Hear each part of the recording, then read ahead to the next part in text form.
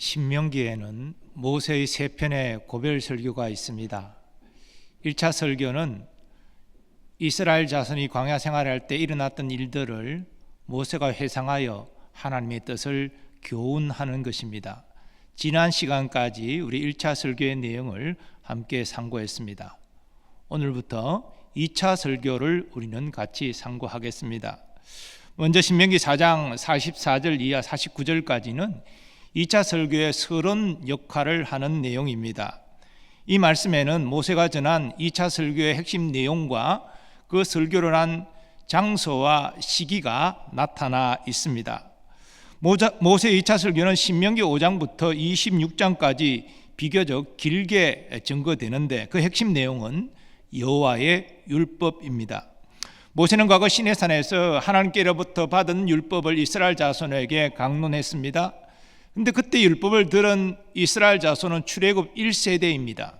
이후에 저들은 불순종하여 가나안 땅에 들어가지 못하고 39년 광야를 헤매다가 다 쓰러져 죽었습니다.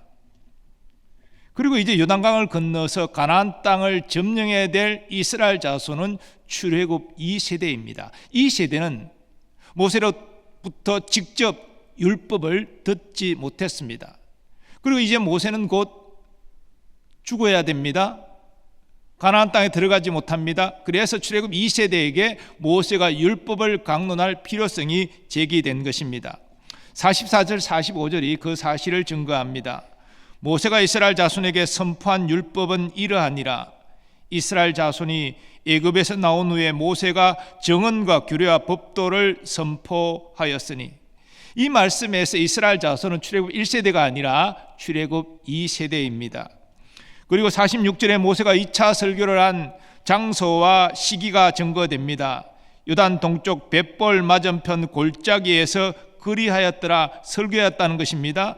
이 땅은 헤스본에 사는 아모리 족속의 왕 시온에게 속하였더니 모세와 이스라엘 자손이 애굽에서 나온 후에 그를 쳐서 멸하고 그 땅을 기업으로 얻었고, 즉 모세는 헤스본 왕 시온과 바산 옥과 그 백성을 다 쳐서 진멸시킨 이후에 모든 것이 안정된 상태하에서 2차 설교를 하였습니다.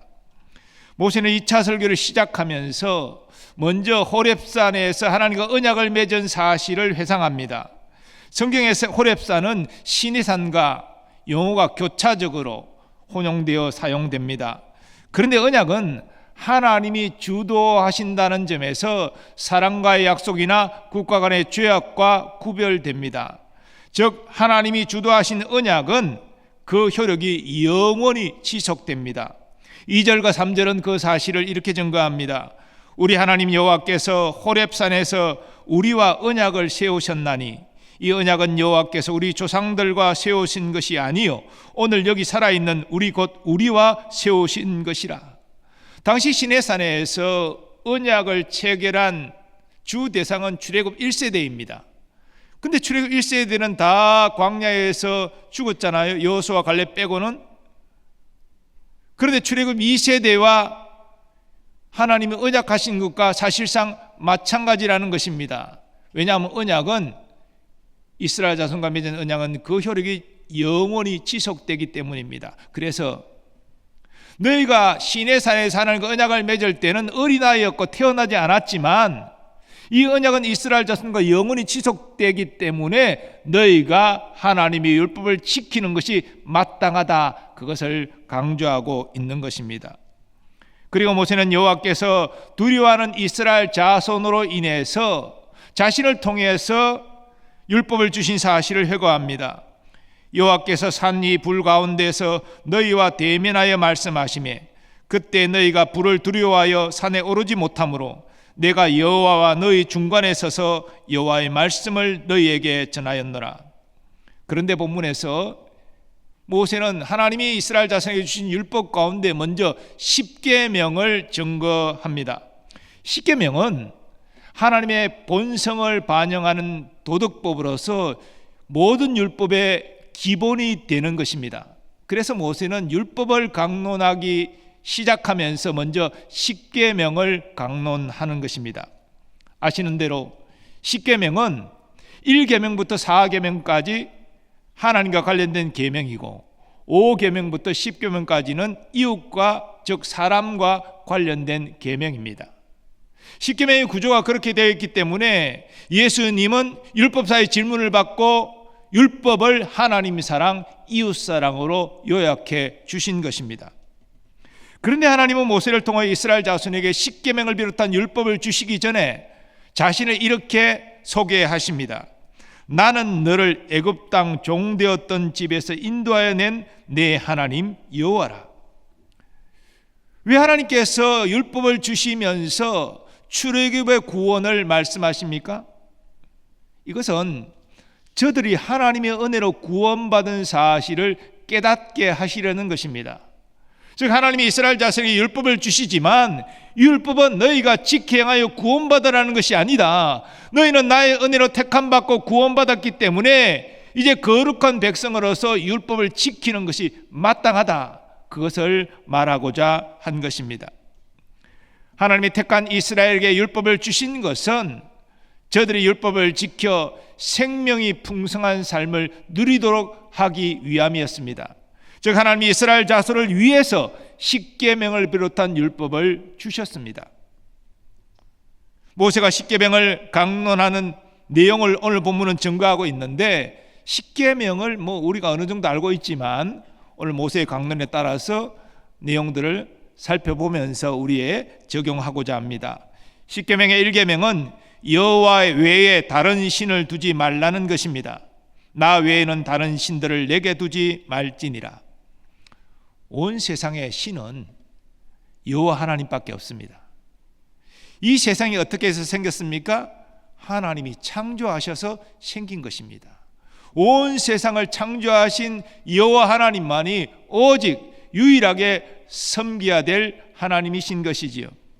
그 하나님이 이스라엘 자손을 출애굽시키셨습니다. 시내산에서 언약을 맺어 거룩한 백성 삼아 주셨습니다. 그리고 율법을 주셨습니다. 그러니 이스라엘 자손이 오직 여호와 하나님만을 섬겨야 마땅하다는 것입니다. 이것은 오늘날도 마찬가지입니다. 우리는 어떤 신을 섬겨야 됩니까? 세상에 많은 사람들이 각자 신들이 있다라고 섬기고 있지만 그 모든 것은 거짓신입니다. 온 세상을 창조하시고 다스리시고 온 세상의 주관자가 되시는 여호와 하나님만이 우리가 섬겨야 될 유일한 신이십니다. 우리는 오직 여호와 하나님만을 섬겨야 마땅합니다. 10계명의 2계명은 자기를 위해 우상을 만들지 말며 섬기지 말라는 것입니다. 너는 자기를 위하여 새긴 우상을 만들지 말고 위로 하늘에 있는 것이나 아래로 땅에 있는 것이나 땅 및 물속에 있는 것에 어떤 형상도 만들지 말며 그것들에게 절하지 말며 그것들을 섬기지 말라. 고대건동에서 이방 민족은 신을 형상화해서 섬겼습니다. 그러니까 자기 편의로 형상화해 만들어서 눈으로 보고 그 신을 섬겼습니다. 이스라엘 자손도 오랫동안 애굽 문화권에서 살았기 때문에 애굽의 이 형상화된 우상 숭배 문화에 익숙했습니다. 그래서 모세가 시내산에 올라 하나님의 그 율법을 받는 과정 가운데 이스라엘 자손이 아론을 협박해서 금송아지를 만들어서 금송아지에게 제사드리고 경배한 것입니다. 사실 금송아지 신을 이스라엘 자손이 경배한 것은 아닙니다. 이 금송아지가 여호와 하나님이다 그렇게 믿고 경배한 것입니다. 그러나 하나님은 영이십니다. 우리와 같은 어떤 몸을 가지신 분이 아니십니다. 그래서 하나님은 영이신 하나님을 자기를 위하여 형상화해서 형상화된 하나님을 섬기는 것 하나님은 금하시는 것입니다. 하나님이 이 계명을 지킬 것을 강조하기 위해 이렇게 추가의 말씀을 덧붙이십니다. 나 내 하나님 여호와는 질투하는 하나님인즉 나를 미워하는 자의 죄를 갚되 아버지로부터 아들에게로 3, 4대까지 이르게 하거니와 나를 사랑하고 내 계명을 지키는 자에게는 1000대까지 은혜를 베푸느니라. 그러니까 하나님을 형상화해서 섬기는 것은 곧 우상 숭배의 죄악에 빠지는 것입니다. 설령 그 형상화된 그 존재를 하나님으로 생각하고 섬긴다 할지라도 하나님이 금하신 일을 하는 것이니까 이 또한 일종의 우상숭배가 되는 것이지요. 그런데 우상숭배하는 자의 죄악을 3, 4대까지 이르게 한다는 이 말씀은 부모가 우상숭배의 죄악을 저지르면 우상숭배하지 않는 자녀가 그 부모의 죄값을 받는다는 소위 연좌죄를 말하는 것이 아닙니다. 성경은 철저히 모든 사람이 자기 죄로 심판받는 것이고 자기 믿음으로 구원받는 것이다 라고 말하면서 연좌죄를 금지합니다. 그렇다면 이 말씀의 의미는 무엇입니까? 우상숭배의 죄악에 대한 심판이 3, 4대까지 이르게 한다는 이 말씀을 이해하려면 이어지는 말씀과 연결해서 이해해야 됩니다. 즉 우상숭배를 하지 말라, 하나님의 형상화해서 섬기지 말라, 이 계명에 순종하는 자에게 하나님 뭐라 말씀했습니까? 1000대까지 인애를 베푸신다 말씀하십니다. 즉 우상숭배의 죄악에 대한 심판보다 순종하는 자에게 비교할 수 없는 풍성한 은혜와 복을 베풀어 주신다는 것입니다. 그러니 우상숭배하지 말고 하나님의 명령을 지키라 이렇게 말씀하시는 것이죠. 오늘날 우리에게 있어서 하나님의 형상하에서 섬길 위험은 거의 없습니다. 여러분, 영이신 하나님을 나를 위해 어떤 형상으로 만들어서 이것이 하나님이다 이렇게 섬길 사람이 누가 있습니까? 없지요. 하지만 우리에게 또 다른 우상의 위험이 있습니다. 하나님보다 우선순위를 두고 하나님을 섬기는 것보다 더 추구하는 어떤 대상이 있다면 그것이 우상이 되는 것이지요. 이런 의미에서 현대판 우상이 바로 재물입니다. 사람들이 예수 믿는 것이 부자가 되기 위함이다. 하나님께 예배드리는 것이 부자가 되기 위한 것이다. 그래서 목적은 부자고 하나님은 도구라는 것이죠. 이렇게 되면 우상숭배가 되는 것입니다. 또한 명예나 권세에 목을 매는 사람들도 그것이 일종의 우상숭배가 되는 것이고, 어떤 이에게서는 하나님보다 자녀가 우선순위가 가 있다고 한다면 이 자녀가 또한 우상이 되는 것입니다. 하나님은 그 누구도 그 무엇도 하나님보다 우선순위 되는 것을 금하십니다. 미워하십니다. 질투하십니다. 오늘날 우리는 십계명의 이 계명을 유의하고 범하지 않도록 조심해야 됩니다. 그리고 십계명의 3계명은 여호와 이름을 망령되이 일컫지 않는 것입니다. 너는 내 하나님 여호와 이름을 망령되이 일컫지 말라. 나 여호와는 내 이름을 망령되이 일컫는 자를 죄 없는 줄로 인정하지 아니하리라. 이 계명에서 하나님이 금하시는 것은 하나님의 이름을 어떤 경우든지 말하면 안 된다는 것이 아닙니다. 그런데 이스라엘 자손은 이 계명을 엄격하게 해석해서 성경에 나타나는 하나님이 밝히신 하나님의 이름, 그 히브리어 자음 4글자로 된 하나님의 이름을 발음하지 않았습니다. 십계명의 3계명 때문이죠. 그래서 대신 아도나이, 나의 주님으로 바꾸어 읽었습니다. 그래서 시간이 오래 지나다 보니까 이 히브리어 자음 4글자가 어떻게 발음되는지를 잊어버렸어요. 천년 이상 하나님의 이름을 발음하지 않다 보니까 잊어버린 것이죠. 그래서 오늘날 하나님의 이름이 뭐냐? 이 히브리어 4글자가 뭐로 발음되느냐? 그래서 어떤 사람은 여호와다, 우리 개역개정은 여호와로 번역을 했죠. 어떤 사람은 야훼다, 2글자로 야훼. 이렇게 지금 논쟁 중에 있습니다. 무엇이 정확한지는 사실상 몰라요. 그런데 하나님이 하나님의 이름 여호와를 밝히신, 즉 스스로 있는 자다라는 이 이름을 나타내신 것은 이스라엘 자손과 언약을 이루신 그 주체 되신 하나님이 어떤 분인지를 바로 알고, 그래서 하나님의 언약을 신뢰하고 율법에 순종하라라는 의미였습니다. 그런데 이스라엘 자손은 그런 하나님의 의도를 생각지 못하고 그냥 하나님의 이름을 발음하지 않는 것으로 이 계명을 지켰다 이렇게 생각했던 것이죠. 그러므로 하나님께서 하나님의 이름을 망령되이 일컫지 말라고 명하신 것은 자기 욕심을 위해서 하나님의 이름을 함부로 말하고 맹세하고 그렇게 하지 말라는 것입니다. 고독 운동에서 사람들은 신의 이름에 어떤 능력이 나타난다 생각해서 자기 목적을 위해서 신의 이름을 부르고 신의 이름으로 맹세하고 그렇게 남발했기 때문이죠. 주술적으로 자기 목적을 이루기 위해서 사람들은 신의 이름을 불렀던 것이죠.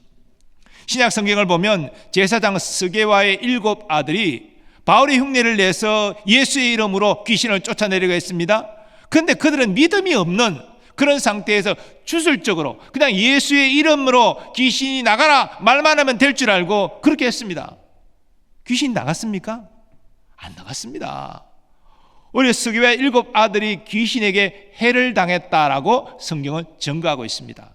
믿음이 없이 예수님의 이름을 아무리 선포해봐야 아무 일도 일어나지 않는다는 것이죠. 오늘날 우리가 하나님께 예배하면서 또 하나님의 일을 감당하면서 하나님의 이름, 예수의 이름 부를 수 있지만 어떤 나의 이기적인 목적을 이루기 위해서 예수의 이름으로 하나님의 이름으로 헛맹세하고 하나님의 이름으로 스게와의 7 아들처럼 그렇게 말하고 하나님은 그런 것을 금하십니다. 가증히 여기십니다. 그것은 헛되고 악한 행위입니다. 우리는 오늘날도 하나님의 이름을 망령되이 우리의 사리사욕을 위해서 헛되이 주술적으로 쓰는 것을 금지해야 합니다. 십계명의 4번째 계명은 안식일을 지켜 거룩하게 하는 것입니다. 내 하나님 여호와가 내게 명령한 대로 안식일을 지켜 거룩하게 하라. 본문 번역은 안식일을 지켜 거룩하게 하라로 되어 있지만 히브리 성경 원문을 보면 안식일을 거룩하게 하기 위해 안식일을 지키라. 안식일을 거룩하게 하는데 방점이 있습니다. 왜 하나님은 안식일을 거룩하게 해야 한다고 명하시는 것입니까? 처음 십계명에 주어진 출애굽기 말씀을 보면 그 답이 나옵니다. 이는 엿새 동안에 나 여호와가 하늘과 땅과 바다와 그 가운데 모든 것을 만들고 7째 날에 쉬었음이라. 그러므로 나 여호와가 안식일을 복되게 하여 그 날을 거룩하게 하였느니라. 하나님이 6일 동안 천지를 창조하시고 사람을 지으신 이후에 7일째 안식하셨죠. 그리고 안식한 날을 거룩하게 하셨습니다. 그러니 안식일을 거룩하게 하여 지키는 것이 마땅하다는 것이지요. 신약시대 안식일 계명은 예수님의 십자가 죽음과 부활을 이후에 이제는 예수님 부활하신 주일을 거룩하게 하는 것으로 변화되었습니다. 초대교회 때부터 예배는 주일날 드렸습니다. 우리는 제7 안식교 해처럼 토요일을 거룩하게 하는 것이 아니라 예수님 부활하신 주일을 거룩하게 하여 지켜야 마땅합니다. 오늘 본문에서 하나님은 모세를 통하여 이스라엘 자손에게 어떻게 말씀하십니까? 이렇게 말씀하십니다. 너는 기억하라. 내가 애굽 땅에서 종이 되었더니 네 하나님 여호와가 강한 손과 편팔로 거기서 너를 인도하여 내었나니 그러므로 네 하나님 여호와가 내게 명령하여 안식일을 지키라 하느니라. 구약의 관점에서 안식일을 거룩하게 하는 것은 출애굽을 통하여 구원을 이루신 하나님께 예배하는 것입니다. 감사하고 예배하는 것입니다. 그러나 신약시대 예수님의 부활 이후에 교회는 예수 그리스도를 통해서 죄인을 구원하신 우리를 구원하신 하나님께 감사하며 예배하는 날로 주일을 거룩하게 해야 합니다. 또한 우리의 삶 가운데 하나님이 보호하시고 지키시고 인도하신 것에 감사하며 예배해야 합니다. 또한 우리의 삶이 끝날 때 우리의 영혼을 천국으로 인도하시고 또한 예수님 제 이름을 통하여 우리의 구원을 완성시킬 그 하나님께 감사하며 예배해야 마땅합니다. 그것이 주일을 거룩하게 하는 것입니다. 십계명의 5번째 계명부터 끝까지 사람들과 관련된 계명입니다. 그 첫째인 5번째 계명은 부모를 공경하는 것입니다. 너는 내 하나님 여호와께서 명령하신 대로 내 부모를 공경하라. 그리하면 내 하나님 여호와가 내게 준 땅에서 내 생명이 길고 복을 누리리라. 이 부모 공경에는 복된 약속이 덧붙여져 있습니다. 하나님이 허락하신 땅에서 생명이 길고 복을 누리게 된다는 것입니다. 바울은 에베소 교회에 편지하면서 이 부모 공경을 이렇게 전가합니다. 자녀들아, 주 안에서 너희 부모에게 순종하라. 이것이 옳으니라. 내 아버지와 어머니를 공경하라. 이것은 약속이 있는 첫 계명이니 이로써 네가 잘되고 땅에서 장수하리라. 하나님께서 부모 공경의 계명을 사람들과의 관계에서 가장 먼저 계명으로 주신 것은 사람의 도리 중에 부모 공경이 가장 근본되는 도리라는 것을 가르쳐 주시는 것입니다. 여러분 생각해 보십시오. 부모를 공경하지 않는 자가 다른 사람을 공경하고 다른 사람을 사랑하고 다른 사람을 선대할 수 있겠습니까? 불가능하죠. 나를 낳아주고 길러준 부모를 공경하지 않는 자가 어떻게 다른 인간관계에 잘할 수가 있겠습니까? 그래서 가장 기본되는 인간관계의 계명으로 부모 공경의 계명을 주신 것입니다. 그리고 그 공경을 잘하는 자에게 약속까지, 복된 약속까지 덧붙여져 있는 것입니다. 우리 모두 부모 공경을 통해서 하나님을 기쁘시게 하고 하나님의 복된 약속의 주인공이 되기를 간절히 소망합니다. 여섯 번째 계명은 살인하지 않는 것입니다. 이 계명에서 살인은 고의적인 살인을 의미합니다. 고의적이고 의도적인 살인.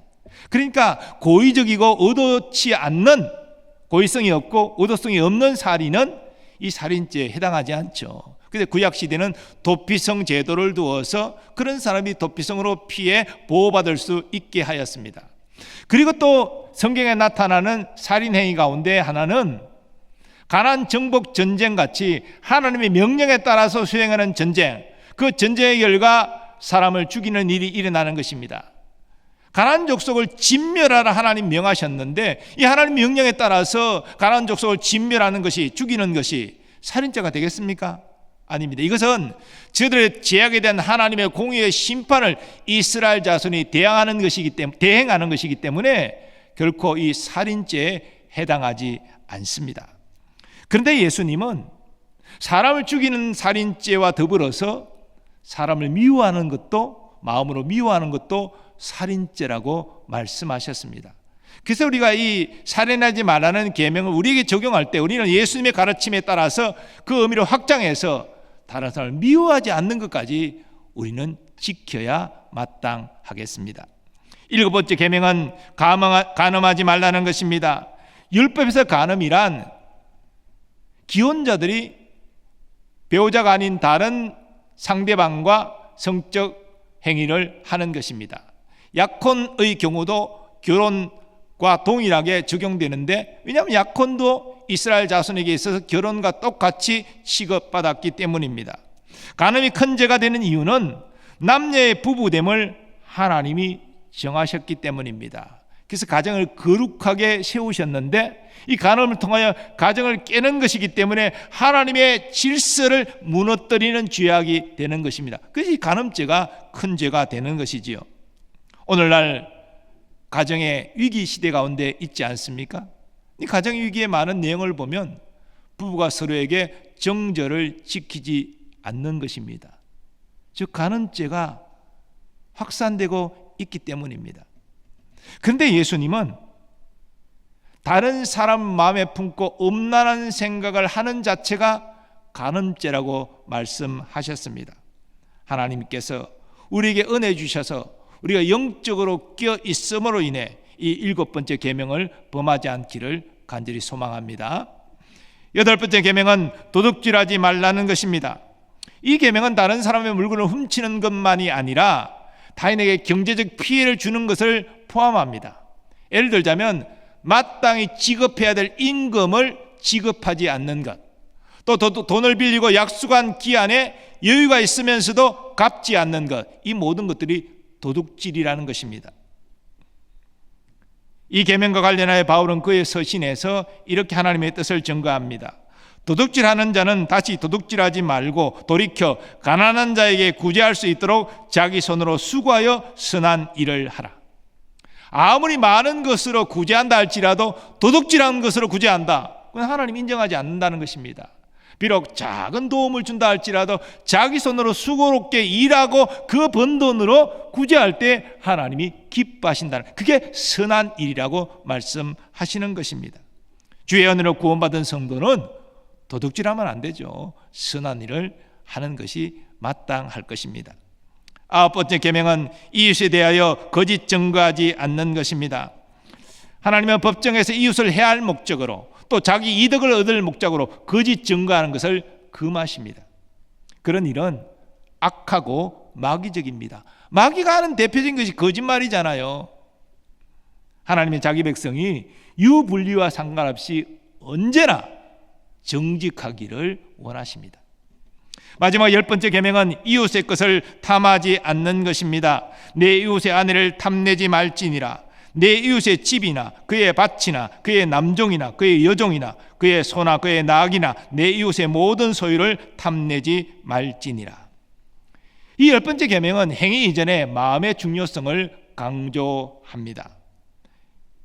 야고보 장로는 욕심이 잉태한 적 죄를 낳고 죄가 장성한 적 사망을 낳느니라 이렇게 증거했습니다.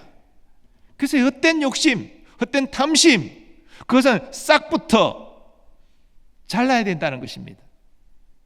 이것을 위해서 우리의 마음이 헛된 욕망이 아니라 거룩한 말씀과 성령으로 충만하기를 간절히 소망합니다.